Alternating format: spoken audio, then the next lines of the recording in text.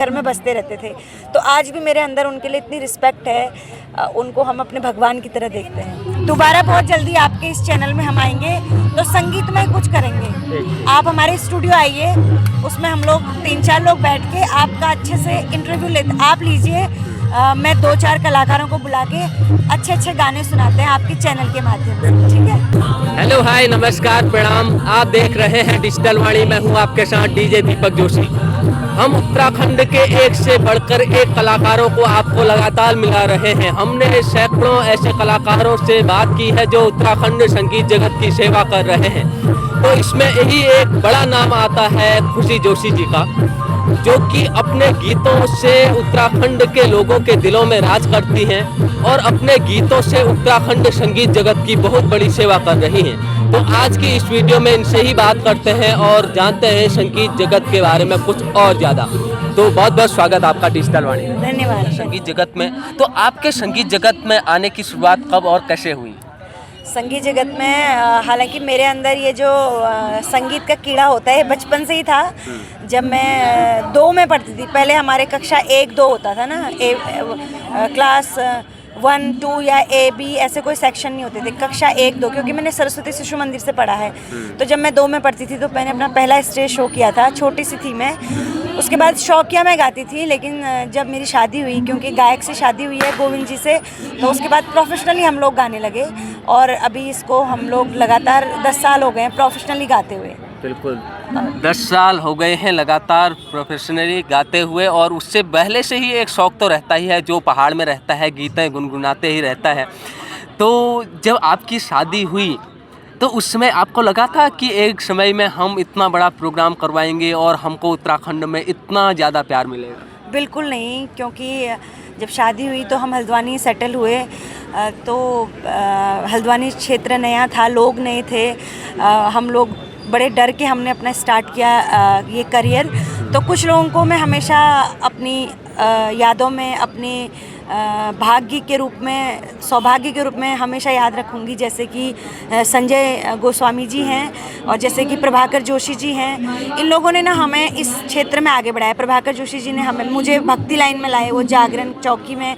संजय भैया हम लोगों को हिंदी गीत के माध्यम से लोगों के बीच में लाए। बाकी पहाड़ी तो हम लोग नवीन टोलिया जी एक मजबूत स्तंभ की तरह हमारे साथ बने रहे। जैसे जोहार महोत्सव है, सरदोत्सव है, ये इस तरह के जो उत्तरायणी कौतिक है, तो इससे हमारे पहाड़ी जो हमारा क्षेत्र था उसमें हमें मजबूती मिली।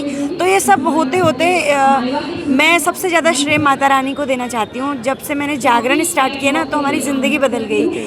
माता रानी का आशीर्वाद मिला, अच्छे लोग मिले। मेन क्या होता है, आपकी संगत। हमें अच्छे लोगों की संगत मिली तो सब कुछ अच्छा होते रहा। बस यही पॉजिटिविटी हमारे साथ बहुत रही। संगत का बहुत बड़ा असर होता है दोस्तों।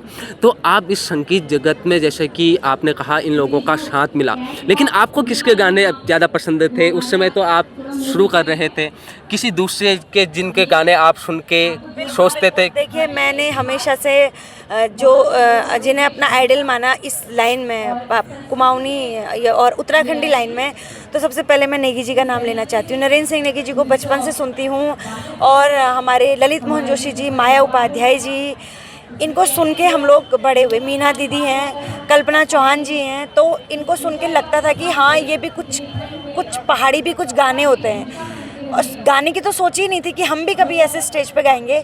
लेकिन ये जो मैं अभी जिनके नाम लिए, ये एक आइडल के रूप में मैंने हमेशा देखे हैं अपने, हमेशा सुना है। मेरे घर में यही सब बजता रहता था। ललिता के जो दूर बड़ी दूर गाने, या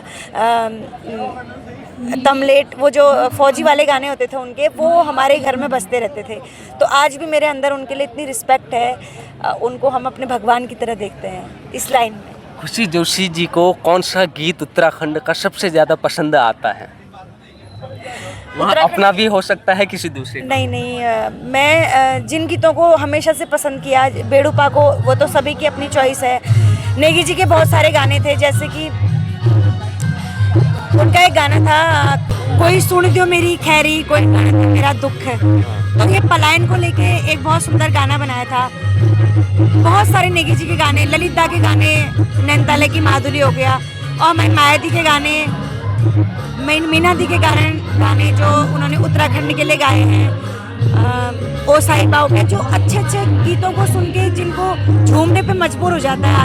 एक गाना नहीं हो सकता, बहुत सारे गाने हैं और इन लोगों के मुंह से तो हर गाना सुपर हिट है। अभी के दौर में आप इंदर भाई के गाने देखें तो हमें प्राउड होता है कि इंदर भाई पूरा ही उन्होंने ना चेंज कर दिया और अच्छा चेंज किया है, अच्छा किया है। यूथ को लेके अपने साथ बढ़ रहे हैं। तुम क्या जी हैं, राकेश खनवाल जी हैं, ये सब लोग ना अपने राकेश पनेरू हैं, तो ये लोग अच्छा काम कर रहे हैं इस लाइन में। और मैं अभी ममता जैसे ममता सिंगर हैं जो हमारी ममता आर्या हैं, वो बहुत अच्छा कर रही हैं, तो बड़ा प्राउड होता है कि हमारे नए नए युवा गायक भी इतना अच्छा काम कर रहे हैं और लोग सराह रहे हैं, लोग उसे एक्सेप्ट कर रहे हैं, हमारे बच्चे उसको एक्सेप्ट कर रहे हैं, युवा एक्सेप्ट कर रहे हैं। तो लगता है कि हमारी संस्कृति सही हाथों में जा रही है। दोबारा बहुत जल्दी आपके इस चैनल में हम आएंगे तो संगीत में कुछ करेंगे। आप हमारे स्टूडियो आइए, उसमें हम लोग 3-4 लोग बैठ के आपका अच्छे से इंटरव्यू लेते, आप लीजिए। मैं 2-4 कलाकारों को बुला के अच्छे अच्छे गाने सुनाते हैं आपके चैनल के माध्यम से, ठीक है। तो आप देख रहे थे डिजिटल वाणी, हमारे साथ थी खुशी जोशी जी जो बहुत बेहतर काम कर रही हैं संगीत जगत के लिए। तो हमसे बात करने के लिए आपका बहुत बहुत धन्यवाद। Thank you so much. ये सौभाग्य है हमारा कि आप हम जैसे कलाकारों का भी इंटरव्यू लेते हैं और हमें लोगों तक पहुंचाते हैं। Thank you so much. आप भी देखते रहे डिजिटल वाणी, हम अनेक कलाकारों से आगे भी आपको मिलाते रहेंगे। इस समय के लिए इतना ही। नमस्कार, जय हिंद, जय उत्तराखंड, जय भारत।